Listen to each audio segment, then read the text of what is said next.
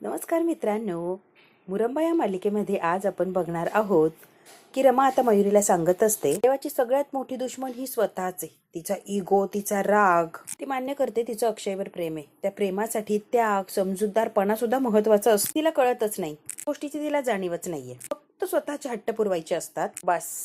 म्हणते हो एक्झॅक्टली. मग त्याच गोष्टीची आता आपण तिला जाणीव करून द्यायची. एखाद्या व्यक्तीवर प्रेम असणं आणि एखाद्या व्यक्तीवर संसार करणं, एखाद्या व्यक्तीच्या कुटुंबाबरोबर राहणं, सगळ्यांना मिळवून जुळवून घेणं, संसार काय असेल, बिझनेस, तो सगळा सांभाळून ऍडजस्ट करणं. फक्त प्रेम करणं हे वेगळं, संसार करून त्या सगळ्या लोकांना ऍडजस्ट करणं, या दोघी गोष्टी वेगळ्या आहेत आणि यामध्ये खूप फरक आहे.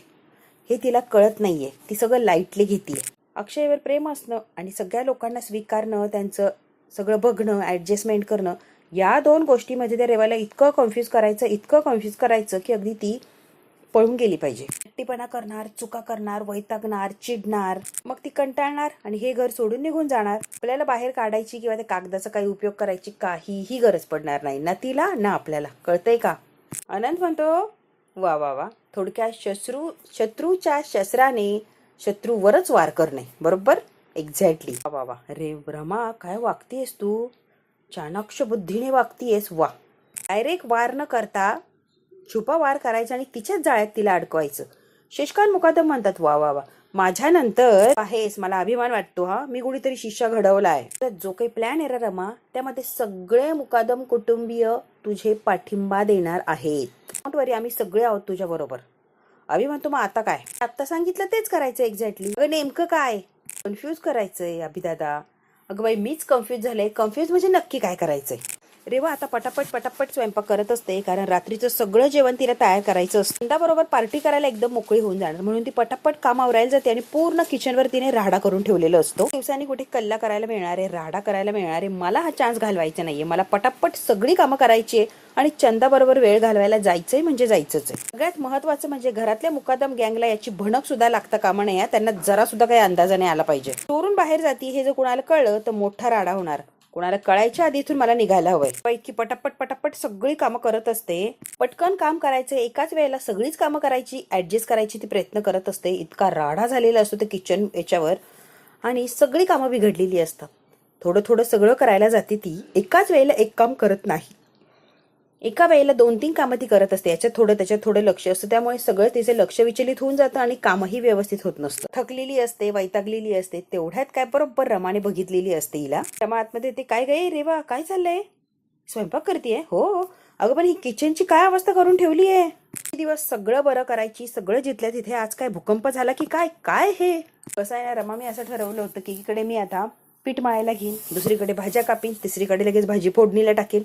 एकाच वेळेला सगळी कामं करायचा प्रयत्न करत होते. काहीही झालं नाही, फक्त पचका झालाय रमा. तर लावेन, मसालाही फिरवेन, सगळी कामं थोडी थोडी करेल असं मी नियोजन केलं होतं. कळत नाहीये, सगळाच गोंधळ झाला. अगं पण रेवा, एवढा गोंधळ गडबड करायची गरजच नाही. कुठे जायचंय एवढं? आत्ताशी दुपारची जेवण झाली, रात्रीच्या जेवणाला खूप वेळ आहे. एवढी काय गोंधळ करतेस तू आणि इतके लवकर का लागलीस तू? मला मल्टीटास्किंगचं जे आर्ट असतं ना, ते शिकायचं होतं. मला वेळात स्मार्ट वर्क कशी करू शकते मी ट्राय करत होते, पण नाही झालाय माझा पोपट. स्वयंपाकाला सुग्रण कला म्हणतात, उगाच नाही म्हणत.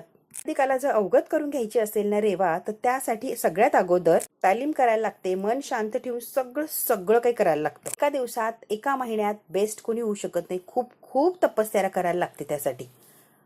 खूप वेळा प्रयत्न करायचे. कधी चुकतात तर कधी बरोबर येतात, तर कधी धडपडतो. हे सगळं करत करत करत करत कुठे जरी जाईल एक दिवस असा येतो की आपण सगळं शिकतो.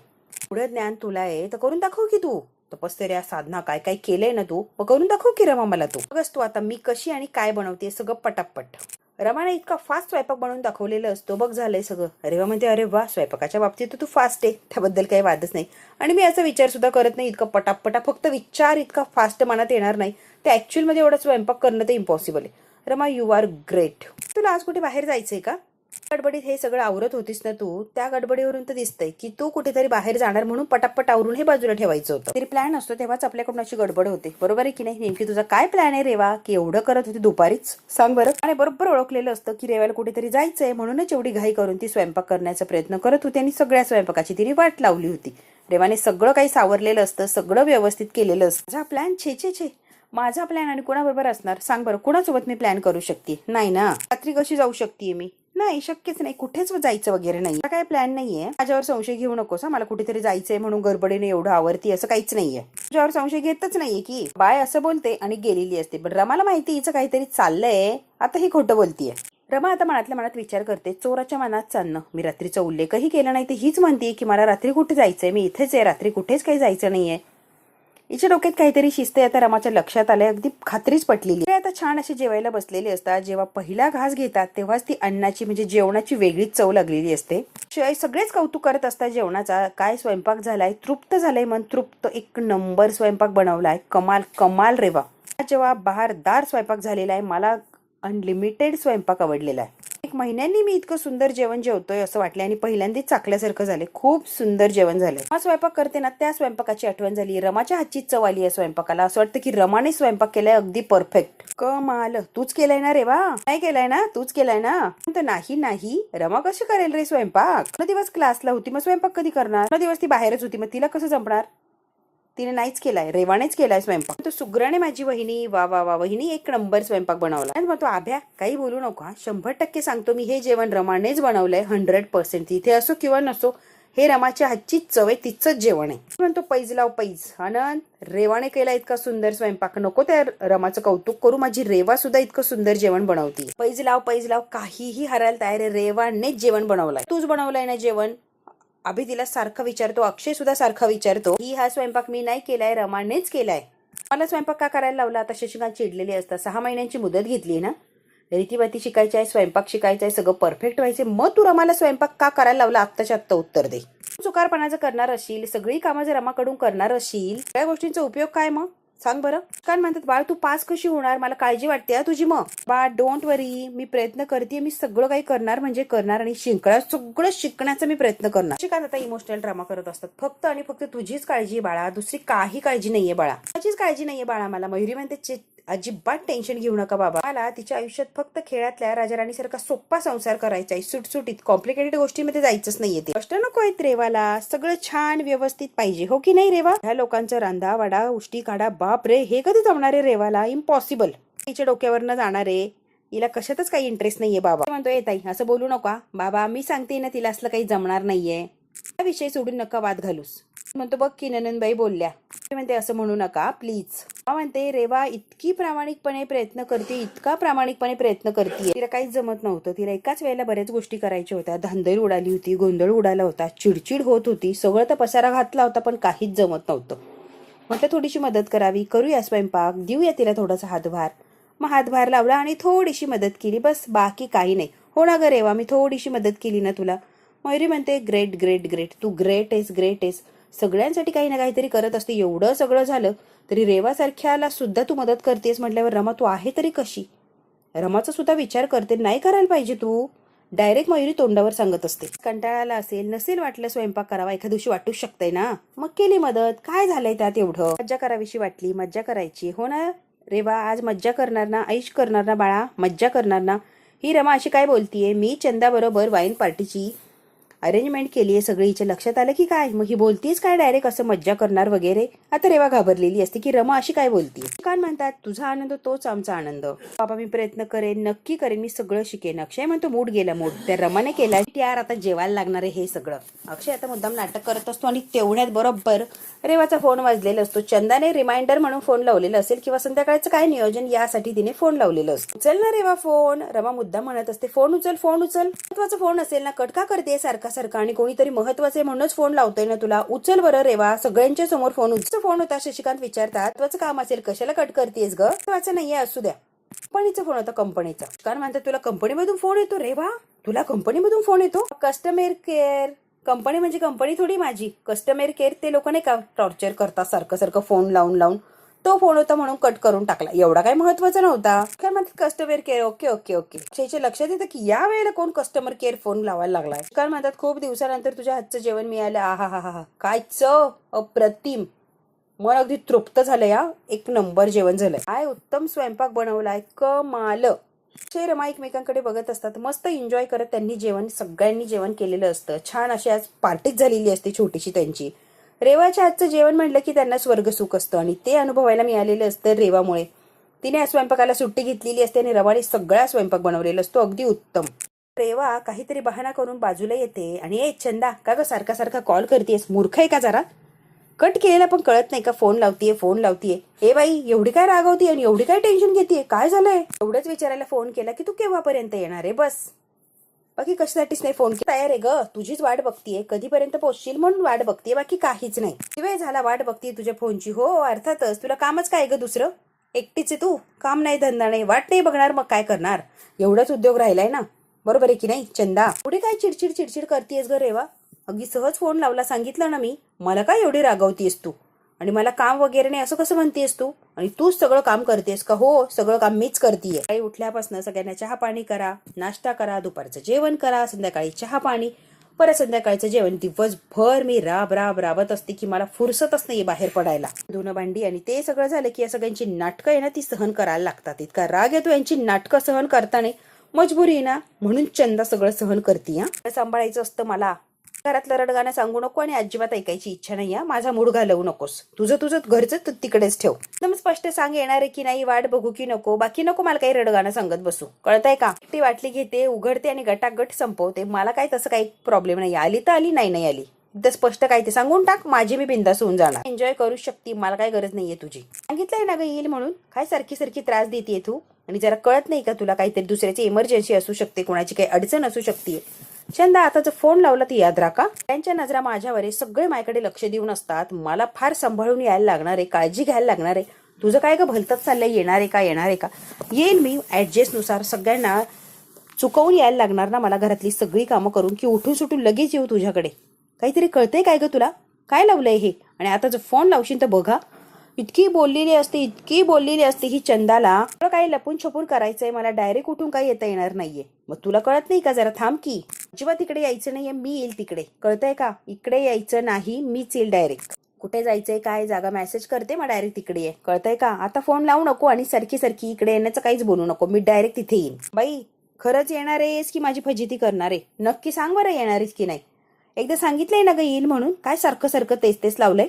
कर आता फोन बंद. यायला उशीर झाला तर थोडा पेशन्स ठेव, ओके? नाही तर लगेच फोन लाव, सारखा नेहमीप्रमाणे, कळतंय का?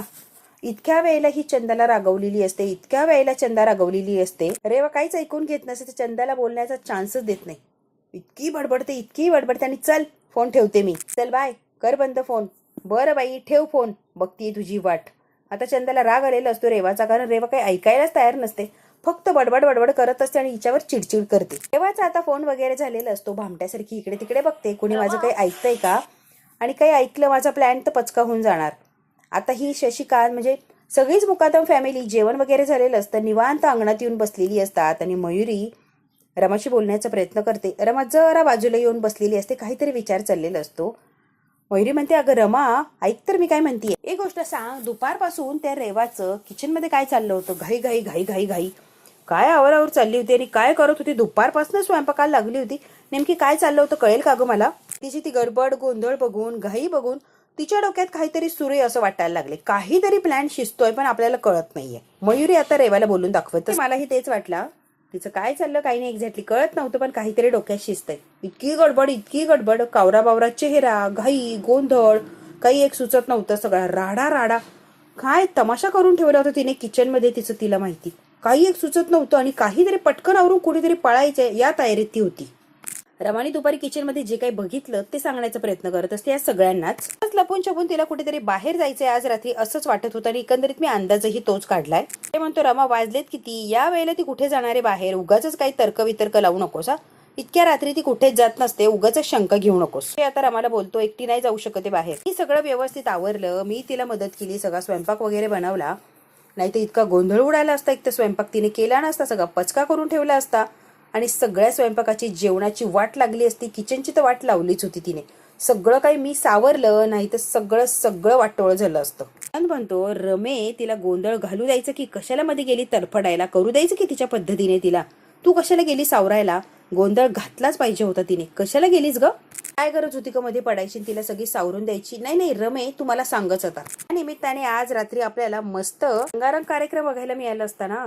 तू का मध्ये पडली रमे? तू सांग बरं. अनंत आता रमाला रागावत असतो की तू का मध्ये पडली आणि कशाला हे सगळं करायला गेलीस. तोंडावर पडली असती, काहीतरी गोंधळ झाला असता, कळतंय का तुला, मग तिला शिक्षा मिळाली असती. रमा म्हणते आनंद दादा असं करून कसं चालेल, समोर दिसतोय सगळा गोंधळ उडतोय तरी पण काहीच लक्ष द्यायचं नाही, कसं जमणार. कोणालाच जेवण मिळालं नसतं, सगळ्यांचे हाल झाले असते. लोकांना वेळेत जेवण लागतं माहितीये ना आपल्याला, मग त्यांचे किती हाल झाले असते, किती गोंधळ आणि किती चिडचिड, बरोबर आहे की नाही. कोणाचेच हाल नको म्हणून मी स्वयंपाकात मदत केली, नाही तर मला हौस आहे का तिला मदत करायची. तिची फजिती झालेली मलाही बघायला आवडतेच ना. पण कसं आहे, आपल्या सगळ्यांचे हाल झाले असते, काहीतरी जेवण उगाचच खायला लागले असतं, हे तिला जमतच नव्हतं. काय तिच्या डोक्यात चाललं होतं आणि काय नाही. रोज जरा बरं करते आणि आज सगळं काही बिघडवून टाकलं होतं तिने. म्हणून मी स्वतःमध्ये पडले, नाही तर मी काय पडत नव्हते. त्यांच्या औषधासाठी वेळेवर लागतच ना, म्हणून पडले हो मध्ये. म्हणतो ठीक आहे रमा, तुझा विचार केला तो चांगलाच, सगळ्या घरच्या लोकांचा विचार केला. पण एक विचार येतोय का, मध्यरात्री ती पोरगी कुठे जाणार आहे एवढ्या घाईघाईने, आणि अचानक काय चालली, ती कुठे. ती करमे ती आपल्या पाठीमागे काहीतरी कारस्थान करायला बाहेर पडतीये, काहीतरी जब्बर असं तिला कारस्थान करायचंय, त्यासाठी ती बाहेर पडते. एवढं मात्र नक्की आहे, काहीतरी शिस्त आहे तिच्या डोक्यात. तेच तर, काहीतरी ती करणार म्हणजे करणार, कारण ती रेवा आहे. ती किती विचित्र आहे, काय करू शकते याचा अंदाज तर आहेच. म्हणूनच ती बाहेर पडणार आहे आणि एवढी तिने काही गोंधळ चाललेला होता. तो एक्झॅक्टली मला माहिती काहीतरी चाललंच आहे. आता रमा हसत असते, मग आता विचित्र नजरेने अक्षयकडे बघत असतं.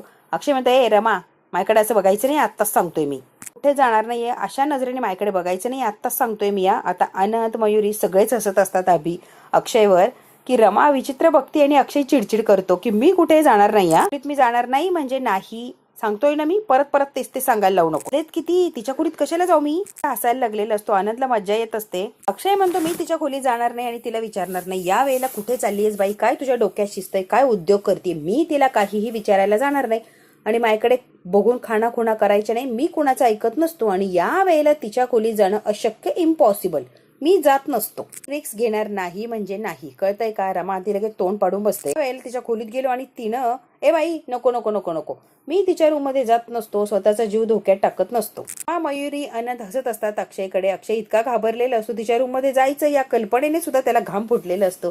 हे सगळे हसत असतात आणि त्याची मज्जा घेत असतात. बोलायचं म्हटलं की मला धडकी भरते, धडकी अशी भीती वाटते ना. तिचं नाव जरी घेतलं तरी मजबुरी म्हणून मी बोलतो तिच्याशी, नाही तर मला अजिबात इंटरेस्ट नाही तिच्याशी बोलण्यात. ती काय आणि काय नाही, बापरे.